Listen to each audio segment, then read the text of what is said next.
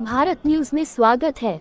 मुख्यमंत्री योगी आदित्यनाथ ने कहा कि कांग्रेस धार्मिक आधार पर आरक्षण का बंटवारा करना चाहती है। उन्होंने कहा कि कांग्रेस दलितों पिछड़ों को मिलने वाला आरक्षण मुसलमानों को देना चाहती है।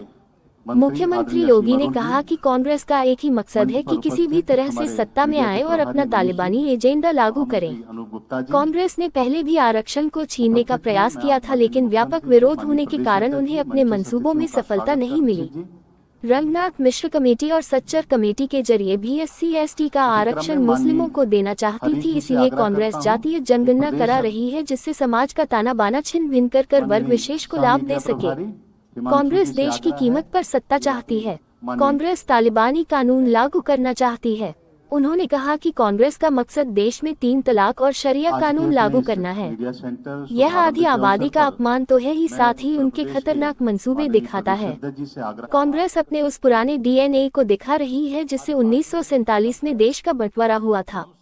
भाजपा को हर तबके का मिल रहा है समर्थन। मुख्यमंत्री योगी ने कहा कि भाजपा के समाज के हर तबके का वोट मिल रहा है। दूसरे चरण में 89 सीटों पर मतदान है। 18 चुनावों में पहली बार देश परिणाम को लेकर आश्वस्त है, क्योंकि पिछले 10 वर्षों में प्रधानमंत्री नरेंद्र मोदी ने हर मोर्चे पर सर्वांगीण विकास के कार्य किए हैं, जिसका लाभ सभी को मिला है। वैश्विक मंच से लेकर आम जनता की अपेक्षाओं तक पर काम हुआ है। बिना भेदभाव के पहली बार सभी को योजनाओं का लाभ मिला है। मुख्यमंत्री योगी आदित्यनाथ ने कहा कि कांग्रेस व उसके सहयोगी दल दलितों और पिछड़ों को मिलने वाले आरक्षण को कम कर उनका हक मुसलमानों को देना चाहती है। वो आरक्षण का धार्मिक आधार पर बंटवारा करना चाहते हैं। CM योगी बुधवार को लखनऊ में मीडिया को योगी बोले, कांग्रेस दलितों पिछड़ों का आरक्षण छीनकर मुसलमानों को देना चाहती है। अमर उजाला नेटवर्क। मुख्यमंत्री योगी आदित्यनाथ ने कहा कि कांग्रेस धार्मिक आधार पर आरक्षण का बंटवारा करना चाहती है। उन्होंने कहा कि कांग्रेस दलितों पिछड़ों को मिलने वाला आरक्षण मुसलमानों को देना। मुख्यमंत्री योगी आदित्यनाथ ने कहा कि कांग्रेस व उसके सहयोगी दल दलितों और पिछड़ों को मिलने वाले आरक्षण को कम कर उनका हक मुसलमानों को देना चाहती है। वो आरक्षण का धार्मिक आधार पर बंटवारा करना चाहते हैं। CM योगी बुधवार को लखनऊ में मीडिया को संबोधित कर रहे थे। मुख्यमंत्री योगी ने कहा कि कांग्रेस का एक ही मकसद है कि किसी भी तरह से सत्ता में आए और अपना तालिबानी एजेंडा लागू करें। कांग्रेस ने पहले भी आरक्षण को छीनने का प्रयास किया था, लेकिन व्यापक विरोध होने के कारण उन्हें अपने मंसूबों में सफलता नहीं मिली। रंगनाथ मिश्र कमेटी और सच्चर कमेटी के जरिए भी SC/ST का आरक्षण मुस्लिमों को देना चाहती थी, इसलिए कांग्रेस जातीय जनगणना करा रही है, जिससे समाज का ताना बाना छिन्न भिन्न कर वर्ग विशेष को लाभ दे सके। कांग्रेस देश की कीमत पर सत्ता चाहती है। कांग्रेस तालिबानी कानून लागू करना चाहती है। ये भी पढ़े, अमेठी सीट पर राहुल गांधी नहीं, ये हो सकते हैं कांग्रेस के उम्मीदवार। कार्यालय और गौरीगंज में लग गए पोस्टर। विज्ञापन। लाइक, सब्सक्राइब और शेयर जरूर करें। धन्यवाद। ये भी पढ़े, पश्चिम के रण में सरकार के साथ ही भाजपा संगठन की भी परीक्षा, इंडिया गठबंधन का भी सियासी इम्तिहान। उन्होंने कहा कि कांग्रेस का मकसद देश में 3 तलाक और शरिया कानून लागू करना है। यह आधी आबादी का अपमान तो है ही, साथ ही उनके खतरनाक मंसूबे दिखाता है। कांग्रेस अपने उस पुराने DNA को दिखा रही है जिससे 1947 में देश का बंटवारा हुआ था। भाजपा को हर तबके का मिल रहा है समर्थन। मुख्यमंत्री योगी ने कहा कि भाजपा के समाज के हर तबके का वोट मिल रहा है। दूसरे चरण में 89 सीटों पर मतदान है। 18 चुनावों में पहली बार देश परिणाम को लेकर आश्वस्त है, क्योंकि पिछले 10 वर्षों में प्रधानमंत्री नरेंद्र मोदी ने हर मोर्चे पर सर्वांगीण विकास के कार्य किए हैं, जिसका लाभ सभी को मिला है। वैश्विक मंच से लेकर आम जनता की अपेक्षाओं तक पर काम हुआ है। बिना भेदभाव के पहले बार सभी को योजनाओं का लाभ मिला है। देश के 80 करोड़ लोगों को राशन और 50 करोड़ लोगों को हेल्थ बीमा पहली बार मिला है। पहले चरण चुनाव के पहले संकल्प पत्र जनता के सामने रखा था। कांग्रेस और सहयोगियों के घोषणा पत्र के खतरनाक इरादे नजर आते हैं। कांग्रेस का गरीबी हटाओ का नारा ही रह गया। उनकी योजनाएं भ्रष्टाचार की भेंट चढ़ गईं। उन्होंने जनता से समझदारी से वोट का इस्तेमाल करने की बात कहते हुए भाजपा को वोट देने की अपील की। जिन्होंने देश के अंदर सर्वाधिक समय तक शासन किया, आखिर इतने लंबे समय तक शासन करके 65 वर्षों से अधिक समय तक देश के अंदर शासन करने के बावजूद उनका पॉलिटिक्स परफॉर्मेंस पर आधारित क्यों नहीं बन पाया था? क्यों इनकी योजनाएं पिक एंड चूज की थी? चेहरा देख करके योजनाओं का लाभ देने का कार्य क्यों? और खासतौर पर अब दादी के दिए गए नारे को पोते के द्वारा किस प्रकार से तोता रटंत की जा रही है कि हम एक झटके में गरीबी हटाएंगे, और गरीबी कैसे हटाएंगे इसका अगर आपको उनके घोषणा पत्र में देखना हो तो यह खतरनाक इरादा भी है और हास्यास्पद भी है। वो कह रहे हैं कि हम संपत्ति, लोगों की संपत्ति का सर्वे करवाएंगे।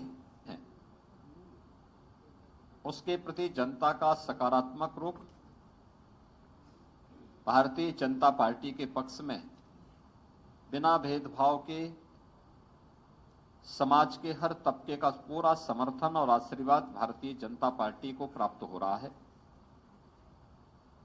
द्वितीय चरण के चुनाव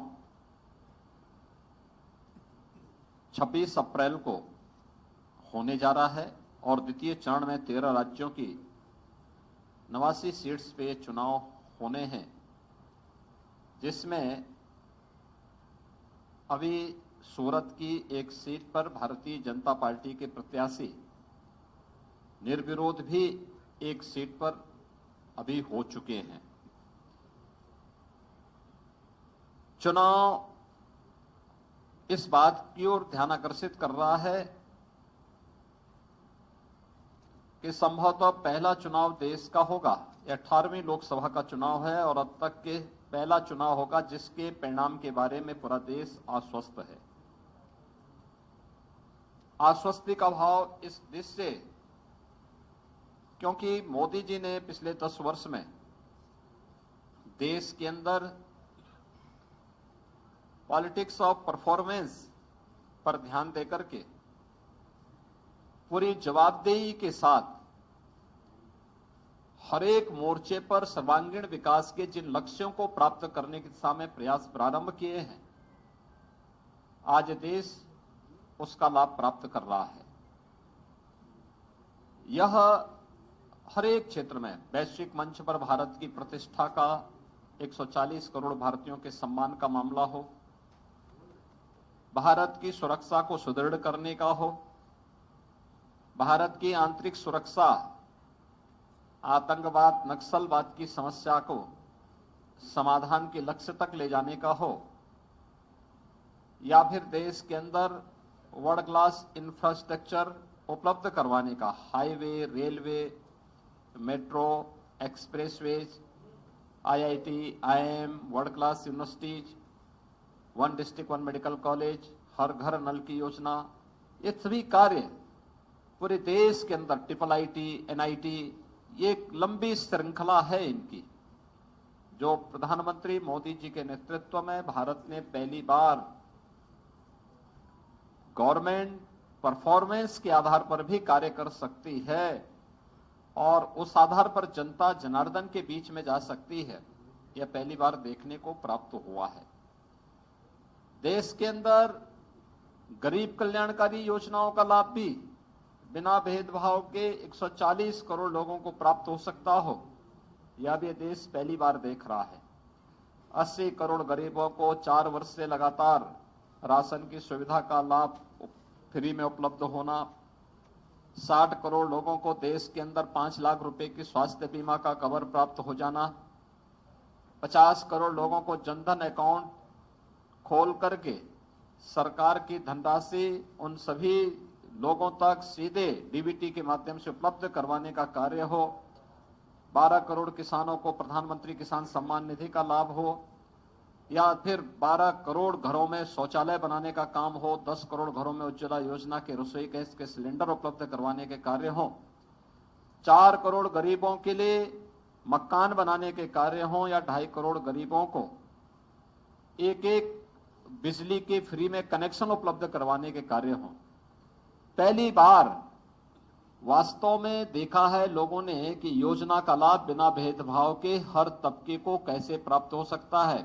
जो नारा मोदी जी ने 2014 में दिया था, सबका साथ और सबका विकास का, वह जमीनी धरातल पर कैसे हकीकत में बदला है, यह भी पूरा देश देख रहा है और हर तबके के मन में इन सभी योजनाओं को लेकर के भारी उत्साह है। महत्वपूर्ण यह है कि जब हम लोकसभा चुनाव लड़ रहे हैं तो लोकसभा चुनाव के दौरान एक तरफ भारतीय जनता पार्टी ने अपना संकल्प पत्र जारी किया था और संकल्प पत्र की एक प्रति के साथ पिछली बार मैं भी आपके बीच में यहां पे आया था। भारतीय जनता पार्टी ने पहले लोकतंत्र के महापर्व का शंखनाद पहले ही हो चुका है। 7 चरणों में पूरे देश के अंदर लोकसभा की 543 सीटों के लिए चुनाव संपन्न होना है। 19 अप्रैल को पहले चरण के 21 राज्यों के 102 लोकसभा सीटों पर चुनाव संपन्न हो चुके हैं और जो रुझान पूरे देश से मिल रहे हैं वह रुझान इस बात की ओर पूरे देश के ध्यान को आकर्षित करता है। मिश्रा, जस्टिस रंगनाथ मिश्रा जो पहले सीजीआई थे, चीफ जस्टिस ऑफ इंडिया थे, बाद में कांग्रेस के सांसद बने, उनकी अध्यक्षता में जो कमेटी बनाई गई उस कमेटी की सिफारिश कांग्रेस की मंशा के अनुरूप देश के अंदर लागू करने के कुत्सित प्रयास हुए थे, जिसमें एससी, एसटी और ओबीसी के आरक्षण के अधिकार को जबरन कुछ वर्ग विशेष को देने के कुत्सित प्रयास इन्होंने उस समय प्रारंभ किए थे। और फिर सच्चर कमेटी की रिपोर्ट में भी दलितों के, अनुसूचित जाति जनजाति के आरक्षण में घुसपैठ करके एक हिस्सा इसको भी मुस्लिम वर्ग को जबरन देने के कुत्सित प्रयास किए गए थे, जिसका उस समय भारी विरोध हुआ था। यानी कांग्रेस की मंशा क्या है? कांग्रेस की मंशा और इंडी गठबंधन का मंशा है अनुसूचित जाति, जनजाति और पिछड़ी जाति के अधिकारों पर डकैती डालना, और इसके लिए वे सरकार में आना चाहते हैं। इसके लिए जातीय जनगणना कराना चाहते हैं। इसके आधार पर समाज को, पहले जातीय जनगणना के आधार पर बहुसंख्यक समाज को आपस सामाजिक ताने बाने को छिन्न भिन्न करने का प्रयास करेंगे, आपस में विभाजित करेंगे और फिर उसके बाद उनके आरक्षण के अधिकार में जबरन उसका बंदर बांट करने का काम भी इनके द्वारा करने का प्रयास होने जा रहा है। और यह एक खतरनाक इरादा इनके द्वारा अपने इस जो है घोषणा पत्र में इनके द्वारा करने का कुत्सित प्रयास प्रारंभ हुआ है। हम सब इस बात को जानते हैं कि कांग्रेस की मंशा हमेशा सत्ता, एन के एन प्रकारेण सत्ता प्राप्त करनी रही है। वे देश की कीमत पे सत्ता चाहते हैं और देश की कीमत पर उन्हें सत्ता चाहिए। इसके लिए महिलाओं पर बर्बर अत्याचार करने वाली तालिबानी प्रवृत्ति को भारत के अंदर लागू करना चाहते हैं। यानी व्यक्तिगत कानून को कांग्रेस सत्ता में आने के बाद लागू करने की बात करती है। यानी 3 तलाकी को प्रथा से भारतीय जनता पार्टी की मोदी जी के नेतृत्व की सरकार ने देश की आधी आबादी को इसको प्रथा से मुक्त किया, उससे स्वतंत्रता दी। कांग्रेस उसका समर्थन करती है। यानी व्यक्तिगत कानून, देश के अंदर हम कहते हैं 2 प्रधान, 2 विधान, 2 निशान नहीं चल सकते।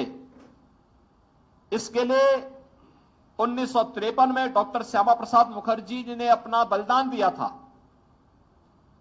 लेकिन कांग्रेस देश के अंदर व्यक्तिगत कानून लागू करिए, सरिया कानून लागू करना चाहती है।